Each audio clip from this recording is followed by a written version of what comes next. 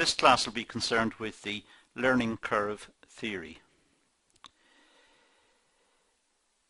The idea of the learning curve was developed back in 1925 by Theodore Paul Wright. Wright was working for the airline business, aircraft business in America, and he observed how work was undertaken in this particular sector, how the work was broken up into sections and how the workers dealt with their individual tasks. So, having made observations about the productivity of the workers, how many successfully completed pieces they had in a given time period, let's say in a day, he implied that it's possible to predict the labour time when producing planes in the future. So by making observations about the workers and their performance, looking at how well they did or they didn't do in a given time period, and having observed this over a period of time, he was able to predict the productivity of the workers in the future. So he was carrying across data across time and was able to predict what the workers would achieve. He suggested that the time it takes to produce a product reduces as the quantity produced increased. In other words, as the workers have more experience, they become more productive. As they do the same task over and over, they become more skilled at doing the task, they become more adept and they have more ability to deal with the issues that may arise, any problems that arise. They have experience, and because of this they become more productive. So when tasks are repetitive, then individuals become good at the task. That's if they keep producing the same product over and over. So repetition leads to greater productivity. Now, immediately we say that we should make note of one problem here, and that is when tasks are highly repetitive, workers get bored. Workers are humans, and as humans we get bored. So there is a downside to this. On the one hand, there are huge gains to be had from learning by doing, from repeating the task over and over, so that the workers become very efficient and very skilled at doing the particular task. On the other hand, the workers may become bored by repeating the task too many times. But, and by the way, Wright was not the first one to come up with the idea of specialization. This goes back deep into history. It was popularized by the great economist Adam Smith in The Wealth of Nations, his famous book in 1776 when it was published. But in fact the idea of specialization goes way back into history, and we're not quite sure where the whole idea started from. But Wright was emphasizing the fact that productivity gains were related to the amount of repetition in the task, and if the workers became highly skilled, they would become more productive, and it was possible to predict productivity into the future based on observations.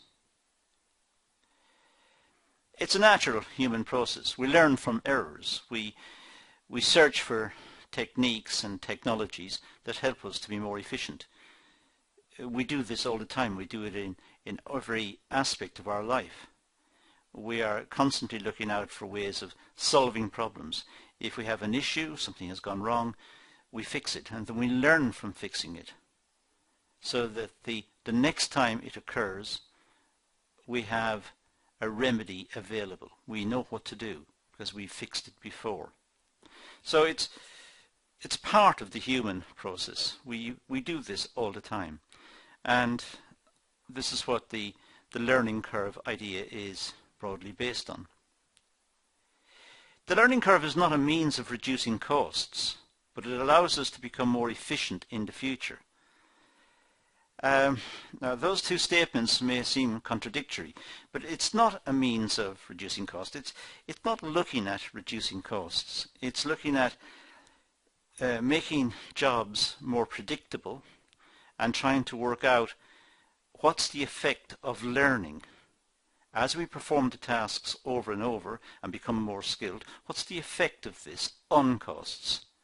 So by making the observations and by enabling us to gain the skills through repetitive work, we become more efficient in the future. Bearing in mind what I said earlier, that if the job is too small and we repeat it over and over and over, we may become bored and disenchanted with the whole exercise, and because we are humans, we like variety as well. So there are issues. Now if you look up this topic online, you'll see there are many ways of describing it, many charts to describe it. That's one particular type of chart that we may use. So here on the vertical axis we've got time taken per repetition, so the time taken to perform a particular task. And then along the horizontal axis we've got the number of tasks undertaken. And what the curve is suggesting, that the greater number of tasks undertaken, as the horizontal axis gets longer, then the time to complete a given task falls. It's sort of coming down, but doesn't actually touch, it never becomes zero. We never instantaneously complete the task. So it comes down and it sort of bottoms out. As the number of repetitions increase, the curve tends to flatten out. It's got that type of curve that suggests that there are big advantages to be had as repetition is increased, as workers get more experience from doing the job. But as the amount of repetition increases dramatically, increases a large amount, the given task, the time does not diminish appreciably. Now the advantages and disadvantages of the learning curve. Well, the advantages is that the model is useful in distinguishing between dedicated employees and those that show a lack of interest in the task being carried out. So we expect workers who are paying attention and performing the same task over and over, we expect them to become more efficient. If workers are performing the same task over and over and not becoming more efficient, then perhaps it indicates something about the approach of that worker to the task. It's a process of filtering out the weaker candidates. Therefore, there is less time wastage. So we know what to expect from workers who are skilled in a particular task and have done it many times over. We know what they're capable of.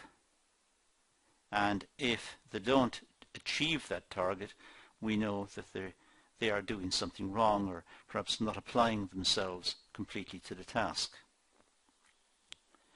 There's also a consideration of employee level of satisfaction. As I said, the more challenging a task, the higher the level of satisfaction. If a task is very simple and very straightforward, people will get bored. They're doing a small task over and over and over, the chances are they will get bored. When there is constant repetition of a difficult task, there is also a greater sense of satisfaction and accomplishment. So when a difficult task is encountered and workers can do the difficult task and perhaps build up a skill in performing this difficult task, they are quite proud of themselves and they have a sense of satisfaction. The disadvantage, well, there's a cost factor to take into account. The more repetition or repetitive activities that take place, the more costs are incurred to the organization. Clearly it's the case that if the organization is performing lots of these tasks, then it must have a higher cost structure.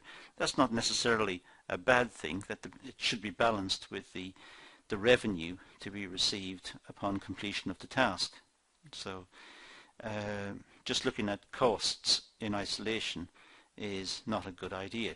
We should be looking at profitability perhaps, and the contribution to profits made from individual tasks.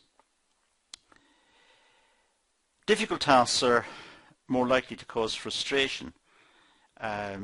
Learning new tasks requires time and careful attention, and it's possible to make mistakes.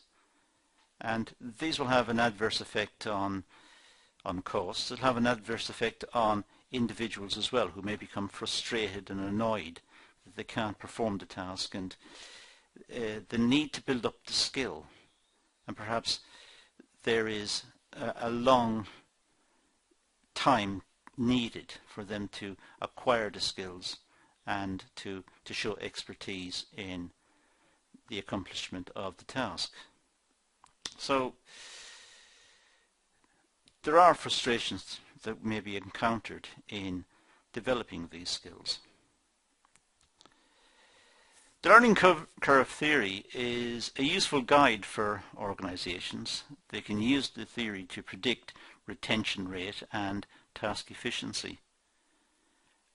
So for example, if workers are not performing well, it may be the workers are not interested, they're not interested in the company or the work, or so the chances are they're going to leave pretty soon. They're going to leave fairly soon. In that case, the retention rate may be affected, I should say. And the task efficiency, perhaps some workers simply don't apply themselves. The management know how long it takes to perform the task. It's been done over and over and over by different workers perhaps, so they have facts and figures showing how long it takes to complete the task. And if some workers are taking much longer, perhaps the workers are simply not applying themselves. They're not trying hard. It can be applied in all organizations just about, and it is suitable for training courses. A lot of tasks can be trained. It depends on the nature of the work, of course. If the work is highly personal and bespoke, the client wants a particular product produced in a particular way with particular attributes, this technique is not of any use. But if it's a standard product that's produced over and over, then organizations may use this approach to work out likely productivity, and also perhaps have training programs just to train the operatives, to train the workers, the employees, to perform this task efficiently, so that the workers learn how to do it properly. The workers receive new information and then learn from errors, and also correct the errors, and thereby they become more efficient. So it's a learning process for the workers.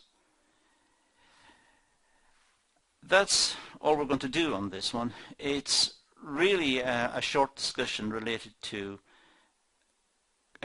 repetitive processes and the division of labour and learning by doing. These types of concepts all come together in this type of talk. So if you're looking it up, you might want to look up division of labour, advantages and disadvantages. You might want to look up learning by doing, and you might want to look up this idea of the learning curve itself. But that's all we're going to do in this session, so I'm going to leave it at that and say thank you for watching.